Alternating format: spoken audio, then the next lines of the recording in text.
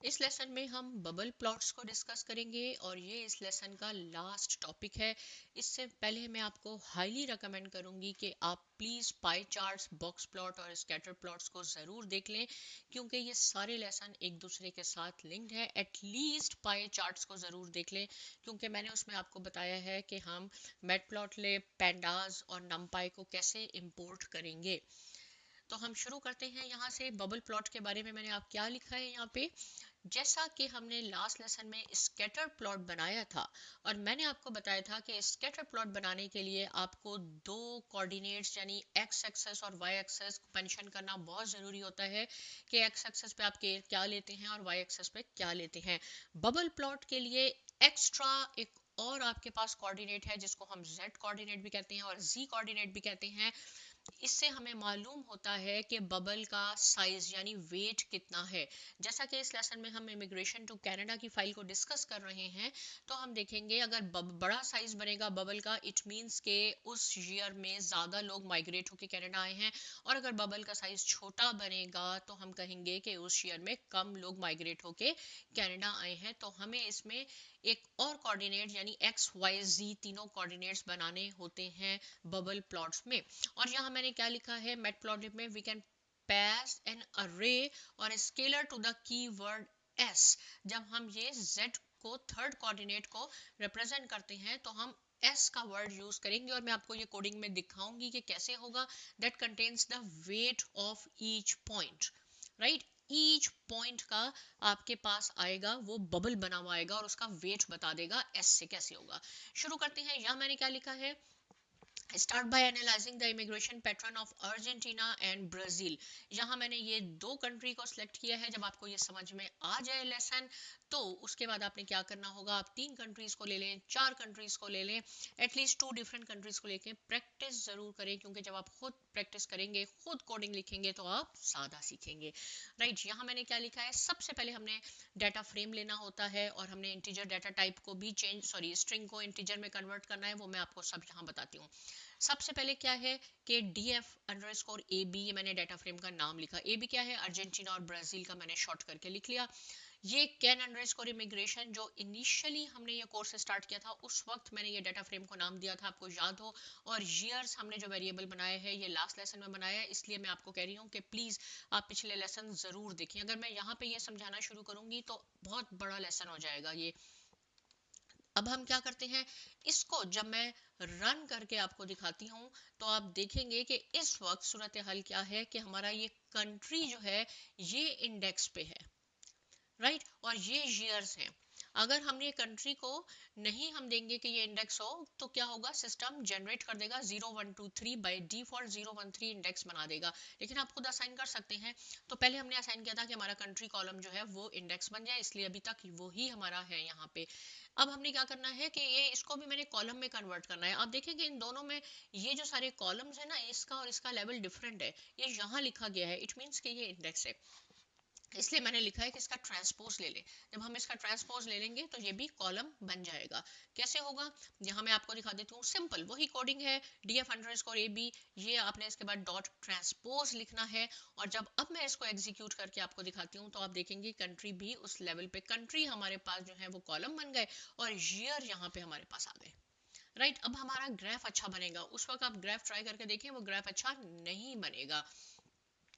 अब जैसा मैंने आपको बताया कि हमारा जो इंडेक्स है उसका डाटा टाइप मैंने चेंज करना है, उसको मैंने इंटीजर में कन्वर्ट करना है। लेकिन आप चेक कर सकते हैं, देखिए कि इंडेक्स का डाटा टाइप इस वक्त क्या है और इस वक्त इसका डाटा टाइप देखिए ये स्ट्रिंग है। स्ट्रिंग की क्या पहचान है कि ये साइन कोटेशन में लिखे हुए हैं सारे। इंटीजर क्या होगा, ये कोटेशन रिमूव हो जाएंगे। तो ये जो सारी कोडिंग मैं आपको बता रही हूँ, लास्ट लेसन में भी मैंने एक सेल में एक कोडिंग लिखी और फिर रन करके मैं आपको दिखाती हूँ कि इसकी आउटपुट ये है। आप चाहें तो ये सारा एक सेल में भी लिख सकते हैं और ये मैं आपको काफ़ी दफ़ा बता चुकी हूँ, इसलिए मैं इंडिविजुअली यहाँ रन नहीं कर रही। ये मैंने आपको रन करके दिखाया, देखें ट्रांसपोज लेने के बाद भी आपने आउटपुट देख ली। हमने अब इसको इंटीजर में कन्वर्ट करना है। आप चाहें तो इंडिविजुअली ये सेल पे लिखें और इसको रन करके देखें कि वाकई में जो आप काम कर रहे हैं उसकी आउटपुट सही है या नहीं है। जब आपने इंडेक्स का इंटीजर में कन्वर्ट करना है उसको स्ट्रिंग से, जो मैंने अभी आपको दिखाया, तो उसके लिए आपने मैप लिखना होगा और ये पैरेंथेसिस में आपने दो पैरामीटर्स लिखने होते हैं। पहले आपने बताना होता है कि आप किस में कन्वर्ट कर रहे हैं। मैं इसको इंटीजर में कन्वर्ट कर रही हूँ, तो इंटीजर आपने कंप्लीट नहीं लिखना, ओनली INT लिखना है और उसके बाद अपने डाटा फ्रेम ये जो यहाँ लिखा है इसका नाम लिखना है। आप चाहते हैं यहाँ से यहाँ तक एक सेपरेट सेल पे ये लिखें और फिर ये इसको रन करके नेक्स्ट लाइन पे आप ये लिखेंगे, एग्जीक्यूट करके देखें तो ये जो कोटेशन साइन थी, यहाँ कोटेशन साइन थी, ये रिमूव हो जाएगी, आपका डाटा टाइप इंटीजर में कन्वर्ट हो गया है। राइट, ये मैं सारा आपको आखिर में रन करके दिखाऊंगी। अब हमने है लेट्स लेबल द इंडेक्स। अब क्या करना है, देखें, this will automatically be the column name when we reset the index. आप चाहें तो इसको पहले लिख लें, चाहें तो इसको पहले लिख लें, कोई बात नहीं। मैं इसको बता देती हूँ, डॉट रीसेट अंडरस्कोर इंडेक्स, यानी जो हमारा इंडेक्स है उसको हमने कॉलम में कन्वर्ट करना है और फिर हमने उसका नाम ईयर करना है। अब मैं इस सारी कोडिंग को रन करती हूँ तो आप देखेंगे कि हमारे पास डाटा फ्रेम, जैसा मैंने इस कोडिंग को अप्लाई किया वैसे ही आ गया। ये 0 1 2 3 हमारी, क्योंकि अब मैंने कंट्री को यहाँ कर दिया है, कॉलम बना दिया है, इसलिए सिस्टम ने 0 1 2 3 इंडेक्स बना दिया, ये ईयर्स आ गए और इसका डाटा टाइप इंटीजर हो गया। राइट, सिंपल काम हो गया। अब यहाँ से हमारा सेकेंड स्टेप है, जो हम बबल चार्ट बना रहे हैं, कि हमें क्रिएट द नॉर्मलाइज्ड वेट। ये बहुत ज़्यादा इंपॉर्टेंट फीचर है जब आपने बबल प्लॉट बनाना है। Right, there are several methods of normalization in statistics. बहुत ज़्यादा हैं, आपकी जो मर्जी है, जो आपने यूज़ करना है अपने सिनेरियो के मुताबिक आप कर सकते हैं। यहाँ मैं यूज़ कर रही हूँ फीचर स्केलिंग। फीचर स्केलिंग में क्या होगा, जितनी भी आपके पास डिफरेंट वैल्यूज़ होती हैं वो उसकी रेंज 0 और 1 में 0 से 1 तक कन्वर्ट कर देता है। ये नहीं होगा कि 0 होगा और 1 होगा, नहीं। मे बी कोई 0.76 हो, मे बी कोई 0.82 हो, 0.10 हो, मीन बिटवीन 0 एंड 1।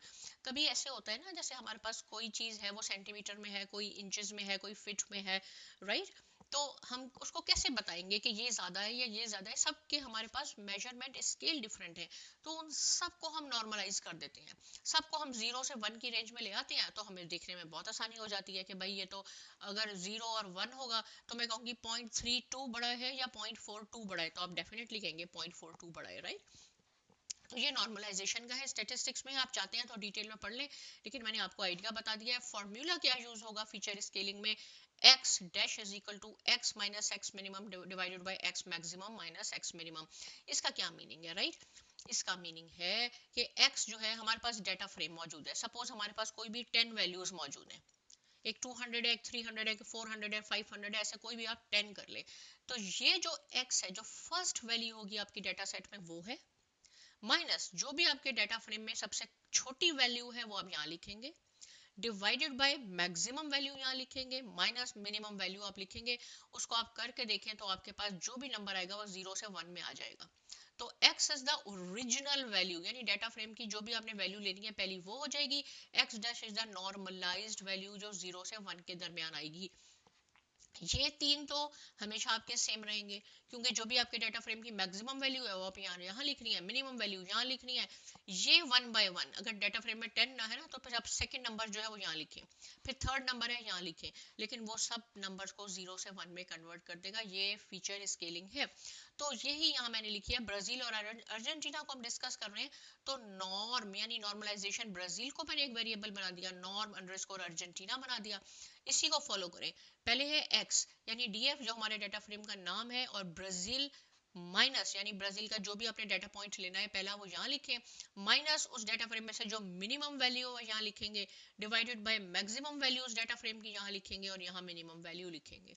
सेम आपने अर्जेंटीना के लिए करना है, यहाँ पहली वैल्यू लिखें, माइनस इसमें से आप माइनस कर दें मिनिमम वैल्यू, डिवाइड करें maximum value minus minimum value.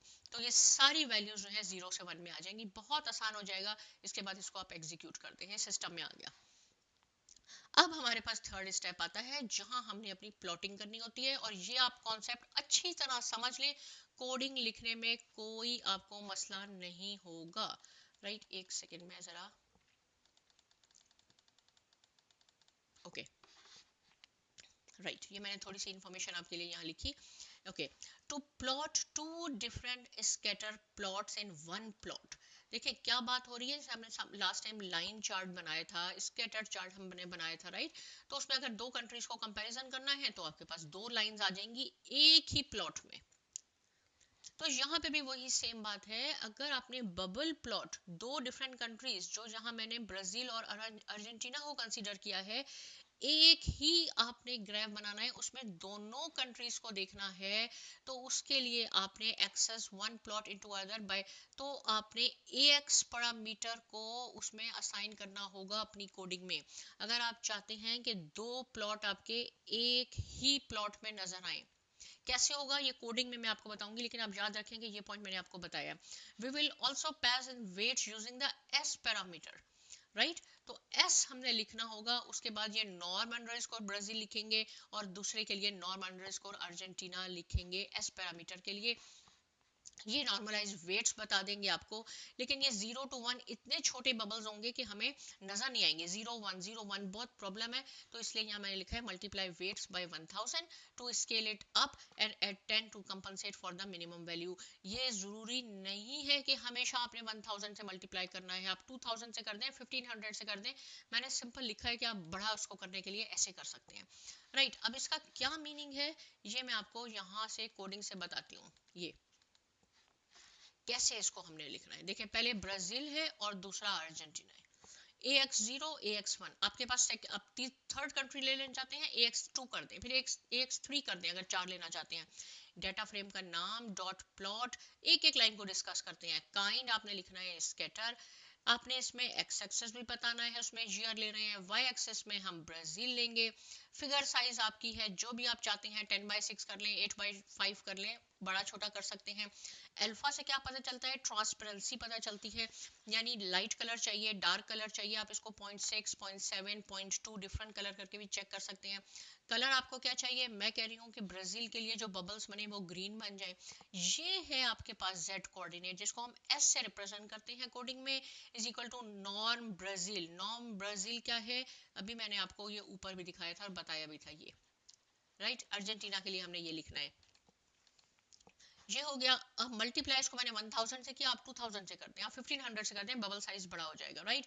एक्सलिम, एक्सलिम क्या करेगा, ये 9, अब याद रखें मैं कोडिंग रन करूंगी तो आपको बताऊंगी कि ये याद रहे कि 1975 से 2015 तक मैंने दिया है, राइट। एक्सलिम, ओके। अब सेम बात हम अर्जेंटीना पे कर लेते हैं। DF underscore AB same scatter Argentina, इसकी ट्रांसपेरेंसी मैंने 0.7 कर दी, इसका कलर मैंने ब्लू कर दिया, ये हो गया। ये बात जो मैंने आपको बताई थी ना शुरू में, वहां लिखी थी कि अगर आपने दो बबल प्लॉट एक ही ग्राफ में करने हैं तो आपने AX is equal to X parameter लिखना होगा, AX is equal to AX0 जो ऊपर वाला था।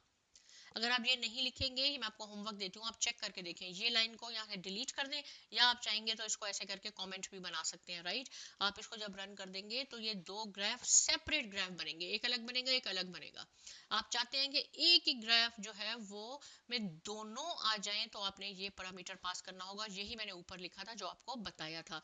और यहाँ से हमने इसके लेबल सेट कर दिए हैं, राइट। ये कोडिंग हो गई। अब मैं जब इसको, और ये फॉन्ट साइज है कि जो हमारा लेजेंड बनेगा उसका फॉन्ट साइज क्या है, आप लार्ज कर लें, स्मॉल कर लें, मीडियम कर लें, आपके ऊपर डिपेंड करता है। लॉक कहाँ लिखना है, लेफ्ट पे लगाना है, राइट पे लगाना है, सेंटर पे लगाना है, राइट। इसको जब हम एग्जीक्यूट करते हैं तो आप देखेंगे कि ये हमारे पास बन गया लेजेंड ब्राजील, क्योंकि लार्ज था। अब आपका काम है कि आपने इसको मीडियम करके देख लें, आप इसको स्मॉल करके देख लें, ये बबल ये जो है ना फॉन्ट साइज, ये आपका छोटा हो जाएगा। आप इसको यहाँ राइट करेंगे तो ये यहाँ आ जाएंगे, राइट। ये छोटे छोटे काम आपने खुद करने हैं। और क्या करना है, इसको आपने कॉमेंट करके या डिलीट करके जब आप बनाएंगे ना, तो क्या हो जाएगा कि ये दो सेपरेट बन जाएंगे, अर्जेंटीन का सेपरेट बन जाएगा और ब्राजील का सेपरेट बन जाएगा, ये बबल बन गए। अब आप इजीली देख सकते हैं ना कि कैसे है, ये जो है अर्जेंटीना, यहाँ ज़्यादा आपके हैं ऐसे करके, ये इसको अगर आप ड्रॉ कर ले, और यहाँ जो है इसका स्पाइक हुआ है, और जो हमारे पास ब्राजील है उसका स्पाइक हमारे पास यहाँ हुआ है, यानी यहाँ जो है सबसे ज़्यादा आए हैं। और ये कौन सा ईयर है, ऑलमोस्ट 2010 2011 में ज़्यादा आए हैं इसमें, राइट। कितना आसान काम हो गया हमारे लिए। अब जैसे मैं आपको अब क्या कहती हूँ, अब पॉज कर दें वीडियो को, और मुझे चाहिए पोलैंड और पाकिस्तान में आप कंपैरिजन करें ऐसे ही, उसके बाद आप टैली कर सकते हैं रिजल्ट, राइट। और ये मैंने इसका ऊपर लिखा भी है कि इसकी क्या हम ने यहाँ से क्या बताया है, to size the bubble corresponds to magnitude of immigration population from that year compare to 1980। ये सारी मैंने डिटेल यहाँ लिखी है, राइट। तो आप इसको जब पढ़ेंगे ना तो आपको ज़्यादा कॉन्सेप्ट क्लियर हो जाएगा। और नेक्स्ट क्वेश्चन है कि पाकिस्तान में और पोलैंड में कंपैरिजन करें। तो सबसे पहले आपने तो वही काम करना है कि अपने डाटा को चेक करना है। वो डाटा की सेटिंग में पहले ही कर चुकी हूँ, राइट। और सेकंड में आपने नॉर्मलाइज करना है। नॉर्मलाइज करने के लिए आपने यही फॉर्मूला लगाना है कि पहले जो उसकी वैल्यू है वो लिखें minus minimum value divided by maximum value. दिखा भी देती हूँ ताकि आप ये ना कहें कि ये तो हमें समझ नहीं आया, राइट। इस तरह आपने लिखना है। डाटा फ्रेम का नाम आप कुछ भी लिख सकते हैं, मैंने वही यूज कर लिया। और अब आप यहाँ के इसको हमने किया स्कैटर प्लॉट और एक्स ओके ये चीज़ रह गई थी, राइट। एक्स लिम और वाई लिम मैं बताती हूँ आपको इसका क्या मीनिंग है। इसको हम एग्जीक्यूट करवाते हैं तो पोलैंड और पाकिस्तान में भी आपको कंपैरिजन पता चल जाएगा। ये आपका ग्राफ बन गया। पाकिस्तान आपका रेड है, पोलैंड आपका ग्रीन है, राइट।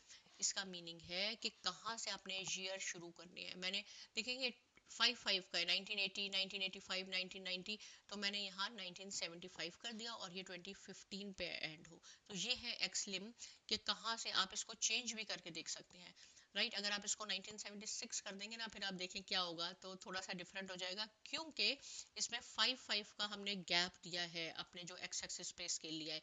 आप इसको 1970 कर लें और इसको 2020 कर लें और आप इसकी ट्रांसपेरेंसी भी चेंज करके देख सकते हैं। तो ये यहाँ पे क्या हो जाएगा, ये चेंज हो जाएगी। 1970 से शुरू होगा और 2020 पे एंड हो जाएगा। ये एक्सलिम का काम है। तो मुझे पूरी उम्मीद है कि बबल प्लॉट्स भी आपको समझ में आ गए हैं अच्छी तरह। आप इसकी प्लीज़ प्रैक्टिस कीजिए। साइमा एकेडमी को सब्सक्राइब कीजिए, लाइक कीजिए, शेयर कीजिए। मिलते हैं नेक्स्ट लेसन में और बहुत शुक्रिया।